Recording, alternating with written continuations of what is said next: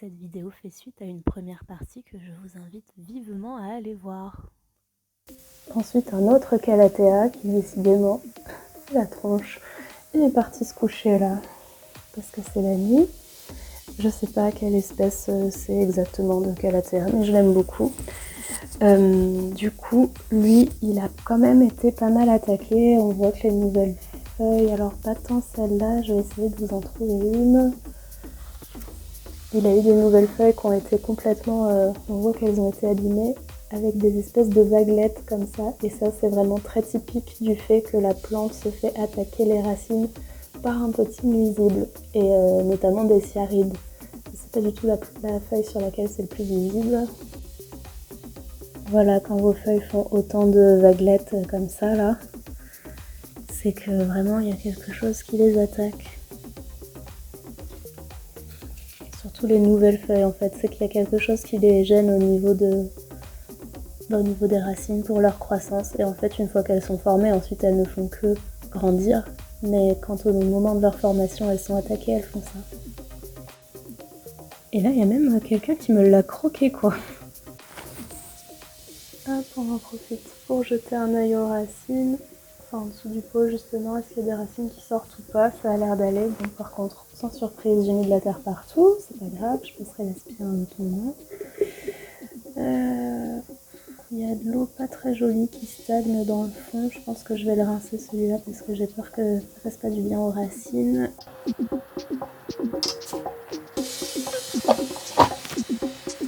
Alors ensuite, ça, c'est un peu une aberration. C'est un pot que j'ai acheté à une vente privée de plantes dans lequel il y a un mélange de philodendron Brésil, je crois, parce que soit c'est qu'il y a encore une autre espèce, soit c'est que ce philodendron Brésil, il a des interprétations très libres du drapeau du Brésil. Bon, encore là, on s'y retrouve. Là, pourquoi pas, mais alors ça, je suis désolée, ça ressemble pas du tout. Et puis, on peut aussi parler de ça, voire même carrément de ça, qui ne sont pas des drapeaux du Brésil, on est d'accord. Par contre, c'est très très très très très joli. On en a même fait une d'un vert très particulier, intégralement vert. Et du coup, dans ce même pot, il y a aussi une pousse, je pense que c'est du philodendron lemon lime, à moins que ce soit du pothos néon, à moins qu'il y ait plusieurs pousses différentes, de choses différentes. À la base, je l'ai acheté en me disant « Ah super, je vais pouvoir faire plein de... » En fait, je vais les séparer, puis je vais faire plein de plantes différentes. Et puis finalement, je trouve que dans ce cache-pot, c'est magnifique. Et quand, en fait, ces couleurs sont hyper harmonieuses. C'est vachement intelligent de les avoir empotées ensemble. Et en plus, dans ce cache-pot, je trouve que c'est pas mal. Comment ça va là-dedans? Bah, ça a l'air d'aller pas trop mal. Hein.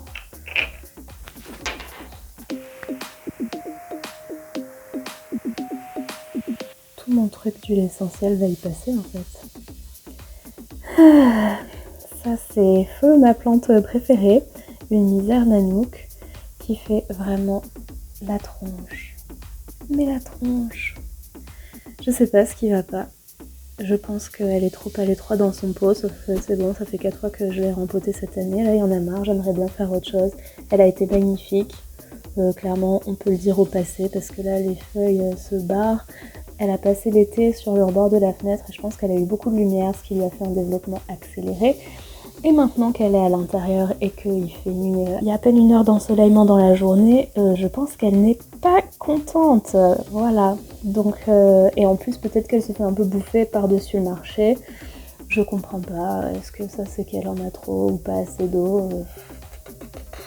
Probablement un peu des deux alternativement, hein, on va pas se mentir. Donc bon, là je vais un peu la laisser tranquille parce que de toute façon tout ce que je fais, essayer de la bouturer, essayer de la tailler, ça ne l'a fait que plus crever. J'ai essayé de la tailler et à partir des morceaux que j'avais taillés, j'ai essayé de faire des boutures. Les boutures ont crevé et les pieds que j'avais coupés sont devenus ça. Voilà. Catastrophe. Genre ça c'est un pied auquel j'avais coupé les feuilles du dessus. En même temps j'espérais que ça fasse un peu plus de lumière au niveau du pied, mais pas du tout. Donc voilà, cette misère qui porte bien son nom, je vais la laisser un peu tranquille jusqu'au printemps où je pense que je vais déjà la rempoter et surtout la bouturer dans tous les sens. Normalement, ça devrait être facile et je vais tricher avec de l'hormone de bouturage parce que cette plante, j'y tiens énormément. J'ai fait toute sa croissance à partir de 3 petits bouts de rien du tout et franchement, je sais qu'elle peut repartir. Donc voilà, la coupelle, non, on dirait qu'il n'y a pas des masses de cyaride en plus, donc je pense pas que ce soit ça. Après, non, voilà, je l'aime beaucoup. Donc, beaucoup de prévention, beaucoup trop. Le petit phytonia qui est sous cloche, il va être dispensé. Par contre, derrière la pousse de pothos, je vais lui en mettre un coup sur le cache-pot. Oups là, ça dégouline. C'est pas grave, j'espère que ça va pas trop tacher le pot, j'espère que ça va pas le fragiliser non plus. En fait, je vous retrouve d'en haut parce que je me suis rappelé un peu tard que elle est dans une coupelle, donc il faut aussi que j'en mette dans la coupelle. Vous voyez, une coupelle dans le cache-pot, cherchez pas. Tac. Ah bah non, pas du tout. Donc bon, voilà, on s'en fiche. Est-ce qu'on n'en profiterait pas pour en remettre une couche quand même? Ouais, on va en remettre une couche à l'intérieur. Hop là. Comme ce pot, il a l'air d'être fait pour ça.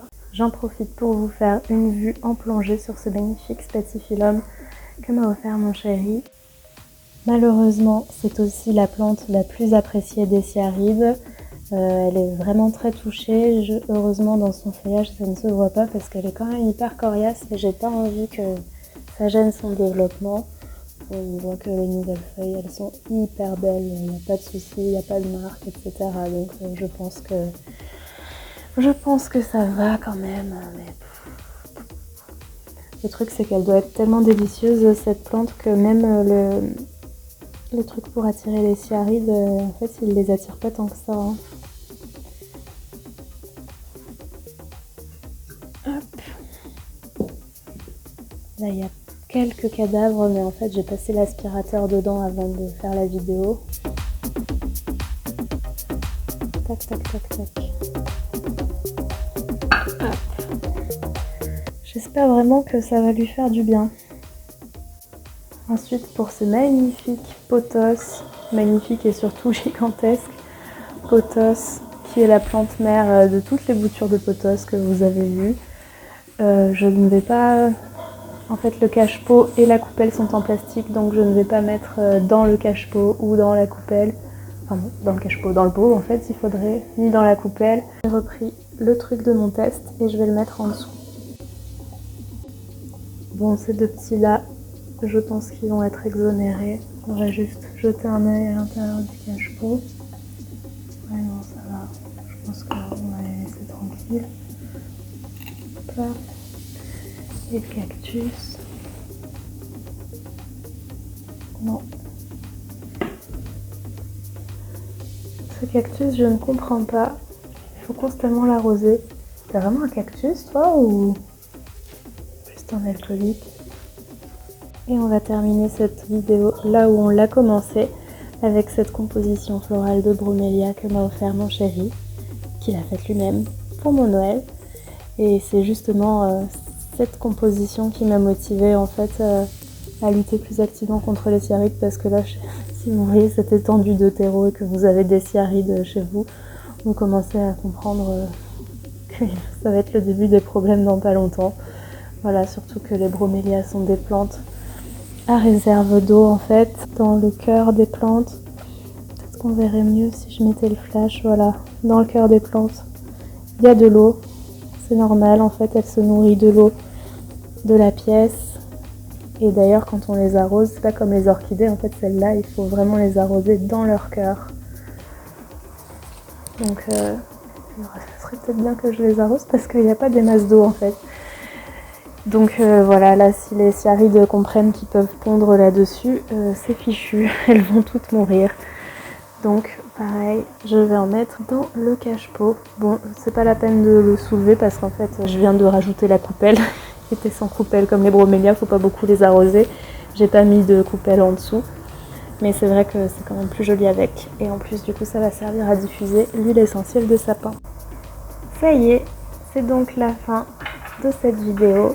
Merci d'avoir regardé jusqu'au bout. N'hésitez pas à me dire si vous avez déjà testé des huiles essentielles pour repousser des nuisibles, si ça a marché, pour quelle plante. À bientôt!